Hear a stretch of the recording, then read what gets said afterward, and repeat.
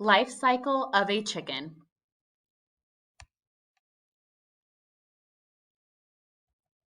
Life cycle of a chicken.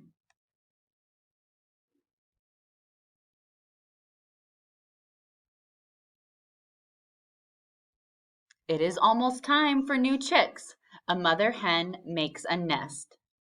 As you can see, here is mother hen's nest, and she has laid 3 eggs. 1, 2, 3. The mother hen lays eggs. There will be new chicks soon.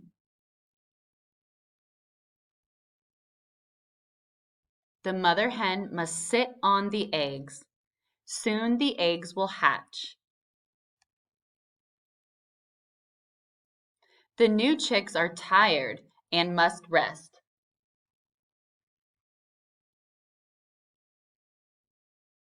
After resting, the new chicks start to walk.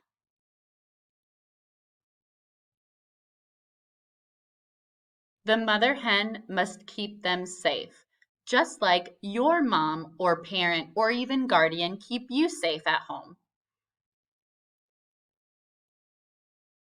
The chicks get bigger. Soon they will have their own chicks.